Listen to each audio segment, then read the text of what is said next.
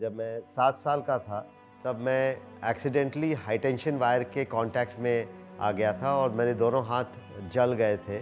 But जो future है वो भाई अपने पे डिपेंड करता है।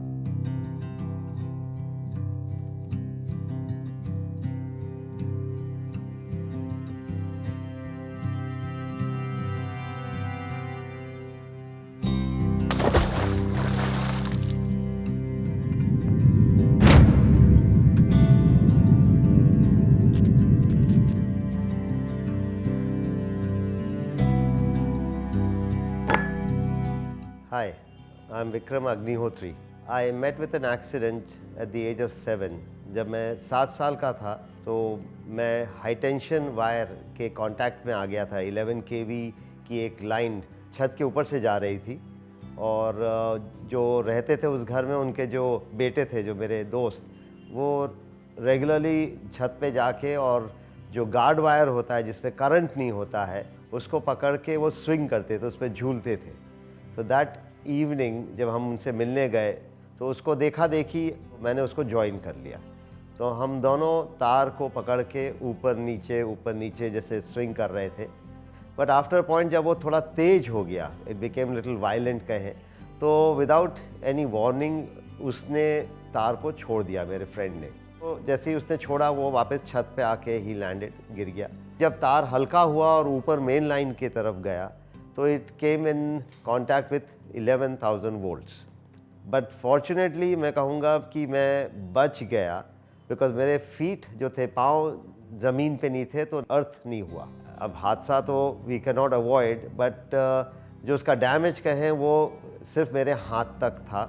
फिर मैं अनकॉन्शियस हो गया था और मेरे हाथ वहीं के वहीं अकड़ गए थे एंड मेरा मतलब मैं तार पकड़े पकड़े ही झूल रहा था। मतलब किसी को नहीं पता था कि हुआ क्या है, एक्सेप्ट कि एक बहुत ज़ोर से स्पार्क हुआ एंड आई वाज अनकॉन्शियस। तो फर्स्ट से मुझे रश किया गया अस्पताल में, वहाँ ले गए। ऐसे करते कराते आई लैंडेड इन बॉम्बे में। वहाँ पे मैं ऑलमोस्ट 3 महीने हॉस्पिटलाइज था, बिकॉज बेसिकली डॉक्टर्स की कोशिश ये थी कि जितना ओरिजिनल हैंड बचा सके उतना बचा लें बिफोर एम्पुटेशन। नकली हाथ जो लगते हैं उसमें एक एक इंच का बहुत महत्व होता है। So they were not in a hurry to amputate. Treatment मेरा चलता रहा, पट्टियाँ बंधी रही मेरे हाथों पे। बट फाइनली फिर एक स्टेज ऐसी आई कि गैंग्रीन जो है वो सेट इन हो गया। गैंग्रीन तब होता है जब आपका फ्लैश जो है, मांस डेड हो जाता है और फिर सड़ने लगता है। तो वो स्टेज ये हो जाती है कि फिर वो जहर जो है पूरी बॉडी में फैलने का रिस्क होता है। देन दे टोल्ड माई, मतलब मेरे पेरेंट्स को ने आके बताया कि भाई अब हमें एम्पुटेशन करना पड़ेगा। एट दिस पॉइंट मैं एक चीज़ कहना चाहूँगा कि जो मेरे पेरेंट्स का एटीट्यूड या उनका जो रिएक्शन था थ्रू आउट, एक बहुत ही काम, बहुत ही शांत और बहुत ही बैलेंस उनका reaction, because the idea was to keep me motivated. So in a way मुझे कभी एहसास ही नहीं हुआ कि मेरे साथ कोई इतनी बड़ी ट्रेजेडी हुई है जो मेरे लाइफ को अफेक्ट करेगी। So that played a very important role मेरे रिहैबिलिटेशन में। मेरे जो पेरेंट्स हैं, आई एम श्योर बहुत उनके ऊपर तो लिटरली पहाड़ टूट पड़ा होगा, यू नो, बिकॉज उस समय कुछ नहीं समझ आ रहा होगा कि भाई इसका फ्यूचर क्या होगा और कैसे ये जिएगा वाली बात है। बट देन तो उनने, आई एम श्योर, जो भी उनके रोना या जो भी उनका इमोशंस थे वो उनने हमेशा मेरे सामने मतलब कुछ भी नहीं किया। So it's very important that parents must realize जो हुआ सो हुआ, उसको एक्सेप्ट करें और वी स्टार्ट लुकिंग अहेड कि अब इसको कैसे टैकल किया जाए। सो आई थिंक मेरे पेरेंट्स का मैं बहुत आभारी हूँ कि उनने मुझे ये कभी एहसास दिया ही नहीं कि मैं एक दिव्यांग हो गया हूँ या मेरी लाइफ एक प्रकार से बहुत चैलेंजिंग हो गई है। And then they would say कि भाई डोंट वरी, जो भी होगा we'll face it together. So as a child, you know, आपको और कुछ नहीं चाहिए। आपको 2 ही चीज़ें बस अपने पेरेंट्स से चाहिए। एक तो लव, आपको प्यार मोहब्बत आपको पेरेंट्स से मिले, और एक होप, उम्मीद। You know, literally as they say, उम्मीद पे दुनिया कायम है। We don't know a lot of things, कि हमें ये नहीं पता कि फ्यूचर में किसके साथ क्या होने वाला है या कैसे होने वाला है। बट अगर होप है, उम्मीद है, तो सब कुछ I would say is possible. So मेरे दोनों हाथ काट दिए गए एंड देन फिर again we were in the hospital for some time. उसके बाद जब फिर हम हॉस्पिटल से डिस्चार्ज हुए तो आई रिमेंबर कि व्हील चेयर पर मुझे इधर उधर सब जगह मेरे को ले जाया जाता था।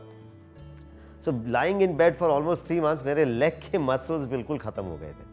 आई कुड बेयरली स्टैंड, मतलब मेरे से खड़े भी नहीं होते बनता था। सो हमको नीचे हॉस्पिटल के गार्डन में ले जाया जाता था एंड बोला जाता था कि चलो आप खड़े हो जाओ थोड़ा सा, एंड एक जैसे फुटबॉल रख देते थे कि इसको लात मारना है, just so that I will get up. And I remember I had, मतलब मुझसे उठते ही नहीं बनता था, बिकॉज मेरी सारी मसल्स जो हैं वो ख़त्म हो गई थी। जो इम्पॉर्टेंट चीज़ें हैं उसमें से एजुकेशन वॉज वेरी इंपॉर्टेंट। ये हुआ कि भाई अब आई मस्ट, मतलब जल्दी से जल्दी मुझे वापस से स्कूल ज्वाइन कर लेना चाहिए सो दैट माई एजुकेशन जो है वो ज़्यादा सफ़र ना करे। पेरेंट्स का यही मानना था कि अगर विक्रम को कहीं स्पेशल स्कूल में भेजा जाएगा तो नेचुरली उसके दिमाग में फिर ये बात कहीं ना कहीं आ जाएगी कि मैं कुछ मेरे में खामी है या मैं कुछ स्पेशल हूँ, या मतलब जो अपने डिसेबिलिटी का एहसास होने लगेगा। बिकॉज एक अंग्रेजी में जो एक कहावत है, ignorance is bliss, but sometimes not having knowledge of certain things, जैसे अगर मैं यही सोच रहा था कि यार मेरे हाथ नहीं है, तो मेरे लिए उसको ओवरकम करना बहुत चैलेंजिंग हो जाता। दे वुड इंसिस्ट कि मैं नीचे जो बिल्डिंग में सोसाइटी में बाकी बच्चे हैं मैं उनके साथ जाके खेलूं। उस समय मुझे पहले यही लगता था कि यार ये क्यों मेरे साथ ज़बरदस्ती मुझे भेजा जा रहा है, एंड ऑब्वियसली मुझे भी डर लगता था कि यार कहीं मैं गिर जाऊंगा, चोट लग जाएगी, या मजाक ना कोई बनाए, इस टाइप से दिस थॉट्स आते हैं आपके दिमाग में। इनिशियली हम कई चीज़ें खुद ही परसीव करते हैं, खुद ही सोचने लगते हैं। आई रिमेंबर शुरू में मैं, एक गारमेंट होता है जिसको पॉन्चो कहते हैं, it's a Latin American garment जो आप कपड़ों के ऊपर से लाइक अ शॉल कह लीजिए, बट इट्स वो पहन लेते हैं। तो उसमें एक्चुअली पता नहीं चलता कि अंदर हाथ है कि नहीं है, बिकॉज हाथ वाथ सब कवर हो जाते हैं। पहले मैं वो पॉन्चो बहुत रेगुलरली पहन के बाहर जाता था, बिकॉज एक तो लोगों की आदत है कि अगर देसी चाइल्ड, कोई बच्चा दिखता है जिसके दोनों हाथ नहीं हैं, घूरते हैं, मतलब maybe out of pity कहें या आउट ऑफ अफेक्शन कहें, बट जो भी है it is not good for the child. So in this case जब मैं नीचे गया, बच्चों के साथ मिला, खेलना कूदना शुरू हो गया, सो मुझे जो उससे कॉन्फिडेंस आया, देन ऑफ कोर्स जो मेरे अगेन आई वुड से माय फिज़िकल एक्टिविटीज़ बढ़ी, उससे मेरा जैसे बैलेंसिंग जो है मेरी जो है वो मुझे स्केटिंग करने से या जो दौड़ने भागने से मेरा बैलेंस इम्प्रूव होने लगा। इनफैक्ट मैं आपके साथ शेयर करना चाह रहा था कि मैं रेगुलरली जैसे फुटबॉल, स्विमिंग, ये आज की डेट में भी मैं रेगुलरली कर रहा हूँ। और स्विमिंग एक ऐसी चीज़ है जो मैंने एक्चुअली जब तक हाथ थे तब तक तो मैंने कभी स्विमिंग करी नहीं थी, तो मुझे स्विमिंग लेसन्स के लिए रेगुलरली भेजा जाता था। And initially I would also wonder यार कि स्विमिंग से मुझे क्या बेनिफिट होने वाला है, या वाई, बट मदर ने कहा तो बात तो माननी पड़ती है। I realize that through swimming legs के लिए जो ट्रेनिंग चाहिए थी, बिकॉज नाउ हाथ नहीं है, अब पाँव से ही मुझे सब कुछ करना था, so naturally I had to strengthen my legs, so उसके लिए swimming of course was the best exercise. So now with all the I would say motivation, encouragement and all the sort of training that I received, I think now I was ready to kind of take life with literally like if I may say so, with both hands, or should I say with both feet. So I decided that I'm going to do MBA after my BCom. So I cleared CAT. So I was very excited कि अब तो बस admission अब हो जाएगा, and life बन गई जिसको बोलते हैं कि you got into MBA, IIM Ahmedabad में entrance हो गई. So जब मेरा number आया, so I found that the questions that were being asked वो कुछ bias कह लीजिए या एक ही category के थे, मतलब they were interested in was my disability. तो इस point पे मैं एक चीज़ कहना चाहूँगा कि for me the society and everyone जो है वो एक जैसा दिखता है, मुझे कोई difference नहीं दिखता है, because everybody is pretty much the same.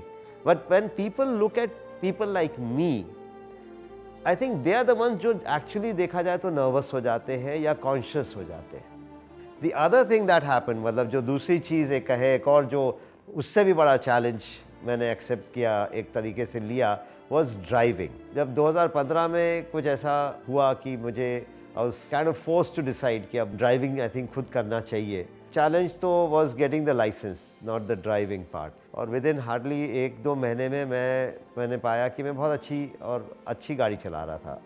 So we approach the RTO, हमने आरटीओ साहब के पास गए, मैंने कहा मुझे लाइसेंस की आवश्यकता है। हम जैसे लोगों के साथ जो एक बहुत बड़ा ड्रॉबैक या कहें सबसे बड़ा चैलेंज जो हम फेस करते हैं वो यही है कि लोग हमको देख के डिसाइड कर लेते हैं कि भाई क्या हम कर सकते हैं, क्या नहीं कर सकते हैं। जब उनने मुझे देखा, a person without hands asking for a driving licence, वो भी पैर से कार चलाएगा, तो उनके दिमाग में यही आया कि भाई पहले तो ये असंभव है, और अगर कर भी लिया किसी तरीके से तो I might be a risk to the pedestrian हो गए या जो दूसरे ड्राइवर्स हैं उनके लिए मैं एक प्रकार से एक जोखिम वाली बात हो जाएगी। पहले उन्हें लर्नर्स देने में उनको हेजिटेशन था, फिर हमने उनको थोड़ा कन्विंस किया, थोड़ा प्रेशराइज़ किया, तो उन्होंने मुझे लर्नर्स लाइसेंस इशू कर दिया, थिंकिंग दैट मे बी जो मेरा जोश है वो शायद ठंडा पड़ जाएगा एंड मे बी मैं वापस परमानेंट लाइसेंस के लिए वापस आई विल नॉट मतलब वापस नहीं आऊँगा। आई टुक टू ड्राइविंग सो फास्ट, मतलब मैं इतनी जल्दी और इतनी अच्छी गाड़ी चलाने लगा कि सबका यही सजेशन था कि भाई अभी लोहा गर्म है तो तुम परमानेंट लाइसेंस के लिए भी अप्लाई कर दो। तो naturally when we approach the RTO, हमने उनको जब परमानेंट लाइसेंस की बात करी तो फिर उनने मोटर व्हीकल एक्ट का हवाला देना शुरू कर दिया। उनने कहा कि भाई हमने पता किया पूरे देश में कहीं पे भी ऐसा लाइसेंस कभी इशू नहीं हुआ है और ऐसा पॉसिबल ही नहीं है, और ऐसा उन्हें तमाम दलीलें, तमाम जो एक्सक्यूज़ेस देना शुरू कर दिए। बस उनने वर्बली मुझे रिजेक्ट कर दिया। मैं मतलब एक प्रकार से उसको कोर्ट में चैलेंज करने की पोजीशन में नहीं था, बिकॉज जब तक यहाँ से प्रॉपरली रिजेक्ट नहीं होगा कोर्ट एक्सेप्ट नहीं करती। तो एक प्रकार से मैं बीच में अटका हुआ था।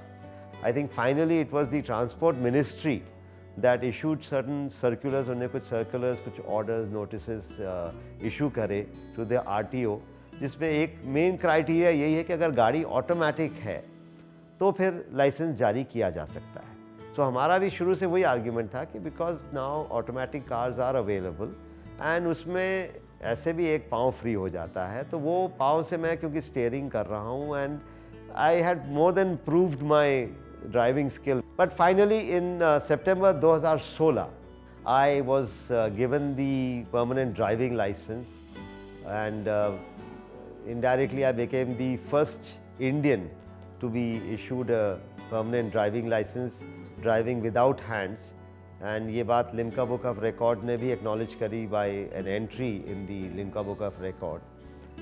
एंड दूसरा जो एक अच्छी बात हुई लाइसेंस के साथ साथ वाज दैट जो मोटर व्हीकल एक्ट है उसमें उनने फिर एक संशोधन, एक अमेंडमेंट भी लाया, जिससे जो तमाम जो आई वुड से around almost more than 15 lakh other दिव्यांग जो एस्पायरेंट कहें, जो लाइसेंस के लिए अप्लाई करना चाहते हैं या इच्छुक हैं लाइसेंस के लिए, उनके लिए भी एक प्रकार से रास्ता साफ हो गया था।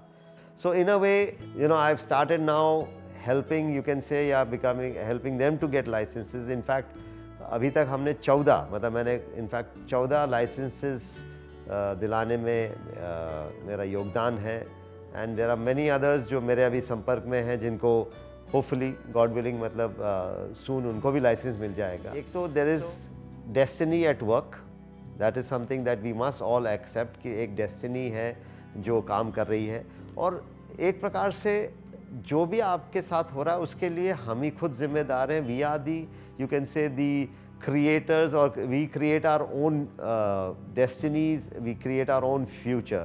So stop I think blaming others for it, and I think there's a शेर जो बहुत मतलब इट्स वेरी बिफिटिंग कहें, मतलब एक जो शेर है वो गो समथिंग लाइक खुद ही को कर बुलंद इतना कि हर तकदीर से पहले खुदा बंदे से खुद पूछे बता तेरी रज़ा क्या है। So I guess make yourself so empowered that you sort of really take charge of your own future and your own destiny.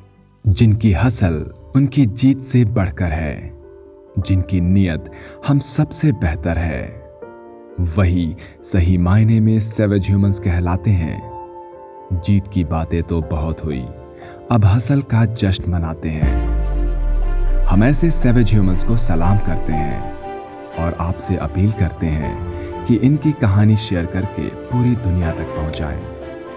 यदि आपके आसपास भी ऐसे ही किसी एक्स्ट्राऑर्डिनरी ह्यूमन की कहानी है तो हमारे साथ शेयर कीजिए, क्योंकि कुछ कहानियां वाकई दुनिया बदल सकती हैं।